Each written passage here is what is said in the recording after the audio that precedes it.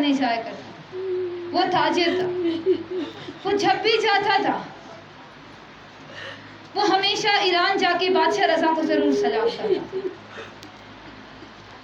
دعا ہے تمام عاشقان رضا کو زندگی میں ایک بار رضا کا روزہ ضرور نصیب ہو.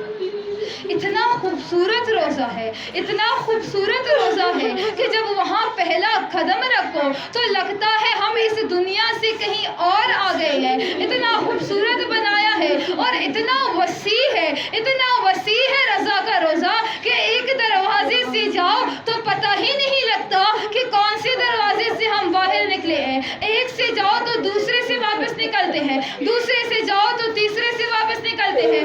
پتہ ہی نہیں چلتا کہاں سے آئے تھے, کہاں سے واپس جا رہے ہیں. لیکن کیا کمال ہے, یہ معجزہ اپنے میرے ساتھ ہوا ہے کہ رضا کے روزے پہ اتنا رش ہوتا ہے, اتنا رش ہوتا ہے کہ صبح ہو, شام ہو, دوپہر ہو, آدھی رات ہو, صبح سحر کا وقت ہو, سارا وقت اتنا رش حسین کے روزے پہ نہیں ہوتا جتنا رش بادشاہ رضا کے روزے پہ ہوتا ہے. ایک منٹ وہ خالی نہیں ہوتا. ذری پہ ہاتھ لگانا بھی بڑا مشکل ہوتا ہے, سانسیں بند ہو رہی ہوتی ہے, لیکن لوگ کہتے ہیں ہم رضا کے روزے پہ پہنچیں گے. اور جب وہاں پہ گم ہو جانا تو لگتا یہی ہے کہ فلاں شیخ صدوق کے دروازے پہ آیا تھا, اب شیخ طبائی دروازے پہ واپس نکل رہا ہوں, جانے میرا قافلہ کہاں ہے. لیکن کیا شان ہے رضا کی کہ جب ایک دروازہ جس راستے پہ نکلتا ہے اسی دوسرے دروازے کو وہیں پہ آپ کو دوبارہ لے کر آئیں گے. کبھی ہم رضا کے روزے پہ گم نہیں ہو سکتے, اتنا وسیع ہے. لیکن کبھی کوئی شخص, کوئی زوار وہاں گم نہیں ہوا.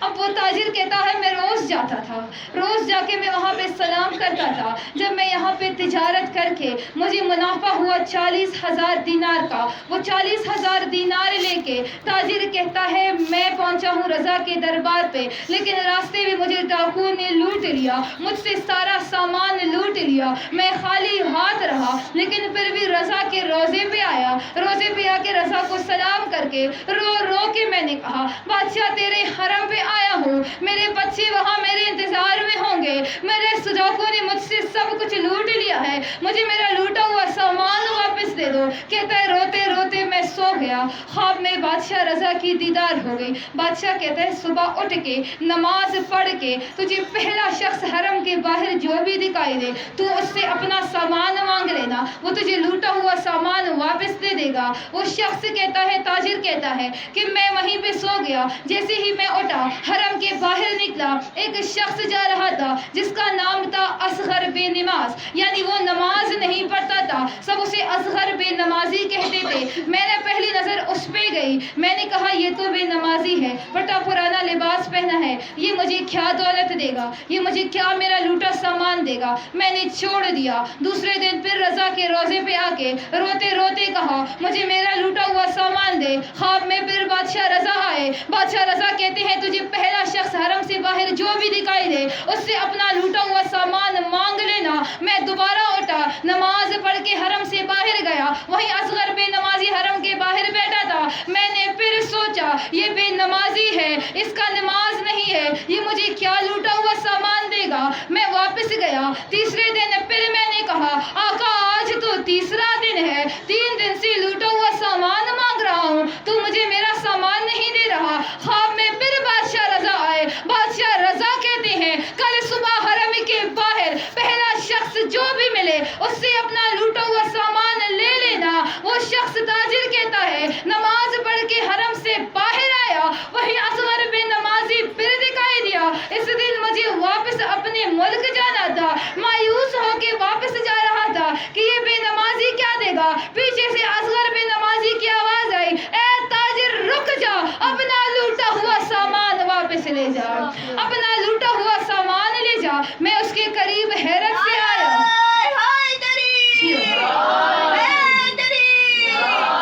میں اس کے قریب آیا. 40,000 کے بجائے اس نے مجھے 80,000 دینار دیے. میں نے کہا اصغر تو بے نمازی ہے, لیکن پہلے تو یہ بتا دے کہ میرے لوٹا ہوا سامان میں 40,000 دینار تھا, یہ تو 80 ہے۔ اصغر رو کے کہتا ہے تو نے رضا سے پہلی دفعہ کچھ مانگا تھا، اس نے 40,000 تجھے اپنے دیے اور 40,000 تیرے بچوں کے لیے تجھے تحفہ دیا ہے۔ کہا اچھا، اصغر کہتا ہے چلا جا۔ میں نے کہا اصغر ایک بات تو بتا دے، تو اتنا بے نمازی ہے، پھٹے پرانے کپڑے پہنتا ہے، لیکن پھر بھی تیرا کیا مقام ہے کہ تو بادشاہ رضا سے ملاقات کرتا ہے؟ تیری بادشاہ رضا سے ملاقات ہوتی ہے، بادشاہ رضا امانتیں تجھے سونپ پاتے ہیں۔ وہ کہتا ہے خیال کرنا کبھی کسی بھی شخص پہ اگر دنیا والوں کے سامنے وہ نماز نہ پڑھتا ہو تو اس پہ کبھی بھی بے نمازی کا دعویٰ نہ لگانا، کیونکہ میں اصغر وہ بے نمازی ہوں جو ہمیشہ پنجگانہ نماز بادشاہ رضا کی خیام کی امامت میں پڑھتا ہوں۔ تو کبھی بھی کسی بھی شخص کو یہ نہ کہنا کہ تو نمازی نہیں ہے۔ ہمیں نہیں پتا کون پڑھتا ہے کون نہیں پڑھتا، ہمیں نہیں پتا کس کا کتنا عقیدہ ہے۔ کبھی بھی یہ نہیں کہنا کہ میرا عقیدہ زیادہ بلند ہے، میں زیادہ جانتا ہوں، میں زیادہ عبادت گار ہوں۔ جتنا عبادت چھپا چھپا کے رات کے اندھیروں میں شب کی تاریکیوں میں ہوتا ہے، اتنی عبادت دن کی صبح میں نہیں ہوتی۔ اور بادشاہ رضا نے یہ کہہ کے یہ ثابت کر دیا کہ ہمیشہ عبادت کرنے کے بعد دنیا والوں کو یہ نہیں بتانا چاہیے کہ میں نے آج صبح کی نماز پڑھی، آج ظہر کی نماز پڑھی، میں پنجگانہ نماز پڑھتا ہوں، میں تہجد کی نمازیں پڑھتا ہوں، میں ساری رات عبادت کرتا ہوں۔ جو بھی عبادت کرتے ہیں یا وہ ہم اللہ کے لیے کرتے ہیں یا آل محمد کے لیے کرتے ہیں، تو لازم بھی یہی ہے کہ جس کے لیے عبادت کیا جائے بتایا بھی صرف اسی کو جائے، دنیا والوں کو یہ نہ بتایا جائے کہ ہم فلاں فلاں عبادت ہی کرتے ہیں۔ ایک درود پڑھ دے بآواز بلند۔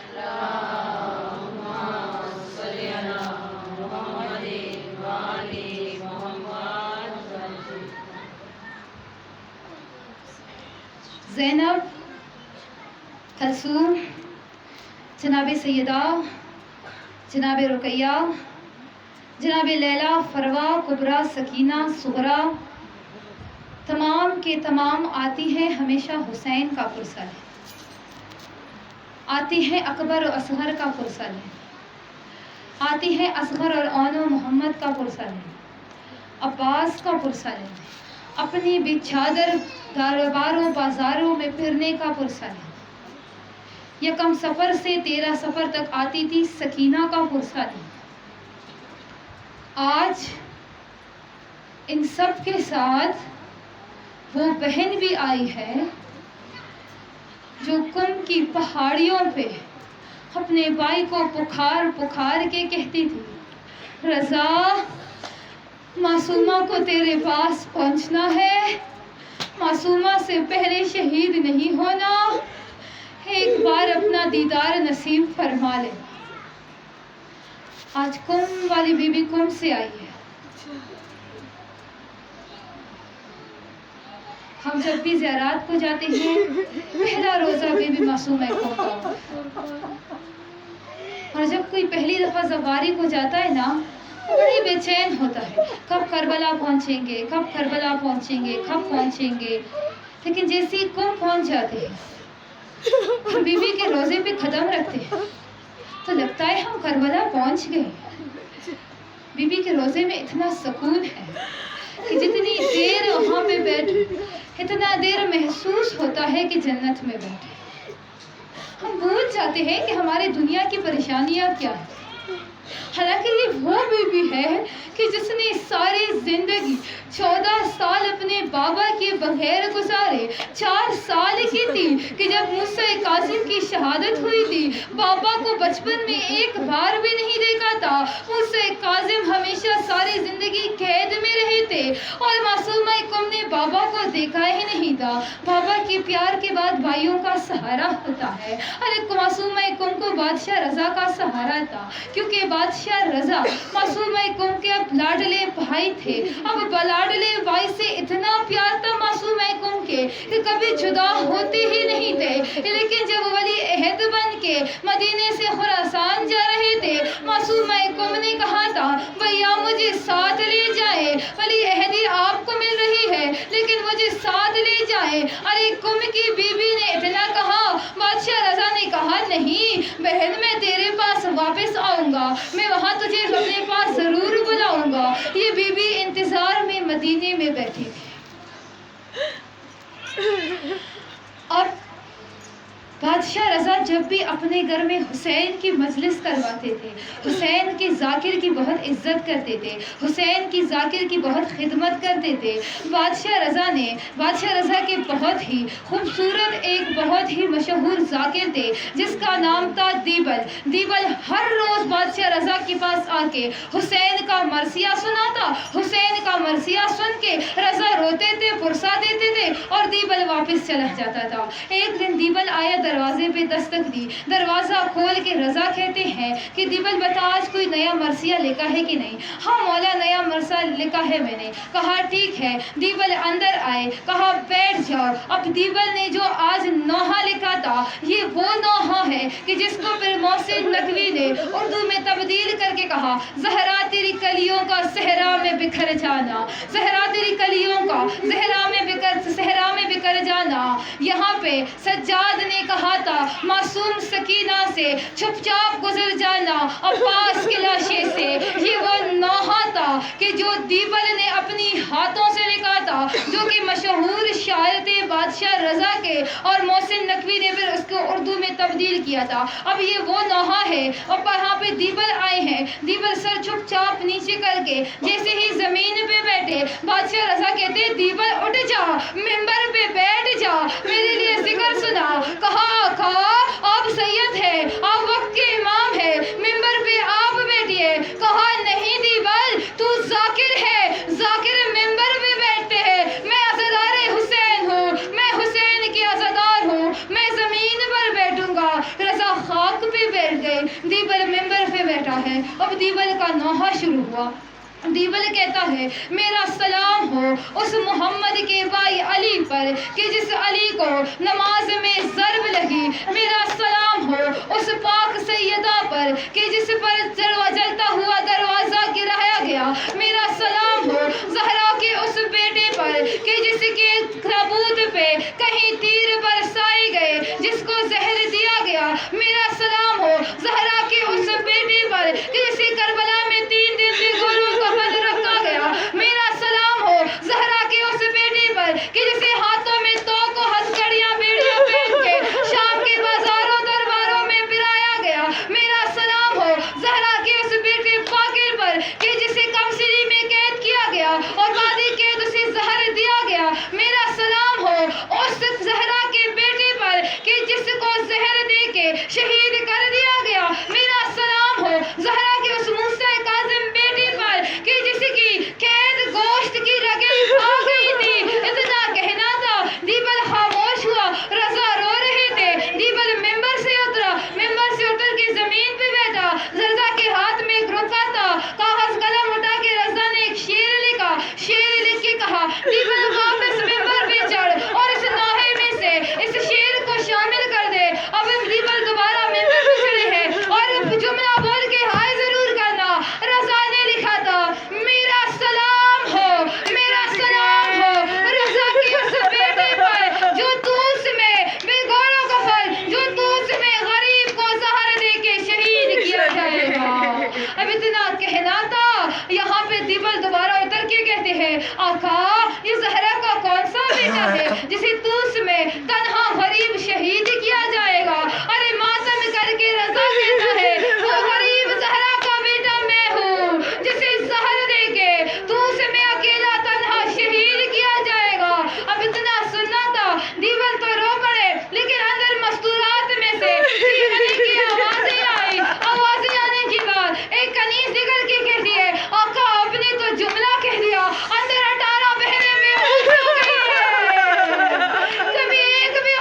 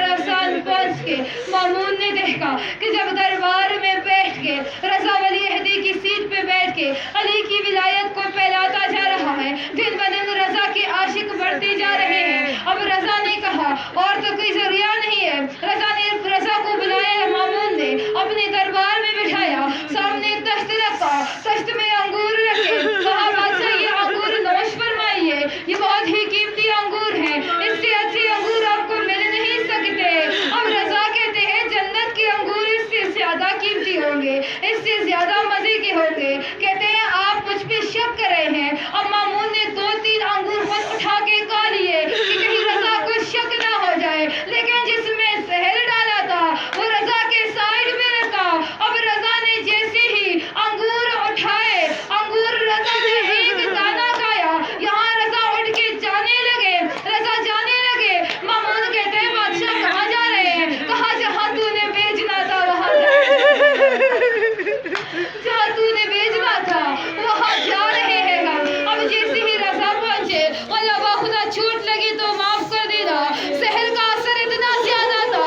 رضا جا رہے ہیں، کبھی ایک دیوار کے سہارے سے، کبھی دوسرے دیوار کے سہارے سے، کبھی اٹھتے ہیں، کبھی گرتے ہیں۔ اب ابن ابو سالد کہتے ہیں کہ جیسے ہی رضا قدم اٹھاتے تھے، نیچے ہی خون کا فوارہ نکلنا شروع ہوتا تھا، رضا کے پاؤں سے خون نکلنا شروع ہوتا تھا۔ میں باغ کے آیا، بادشاہ آپ کے پاؤں سے خون نکل رہے ہیں، زہر کا بہت اثر ہے۔ میں نے سہارا دینا چاہا، رضا کا اثر ہی نہیں دیتا۔ میں نے کہا آقا سر اٹھائیے، مجھے ہاتھ دیجیے۔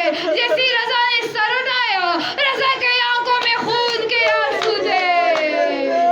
ارے زہر اتنا تیز دیا تھا، رضا کو ہم نے جلدی گھر پہنچایا۔ گھر پہنچ کے بستر پہ لیٹ کے رضا کہتا ہے جلدی سے میرے بہت ہی قریب شاگرد ہے، بہت ہی قریب نوکر ہے، اس کو بلا لے۔ ابا سالس کہتا ہے میں جلدی سے دوڑا آیا، رضا کو بستر پہ چھوڑا تھا۔ اتنی تیز طوفان تھی کہ میں پہنچ نہیں سکتا تھا۔ جیسے میں اس نوکر کے گھر پہنچا، میں نے کہا چل جلدی سے، رضا کو زہر ملی ہے۔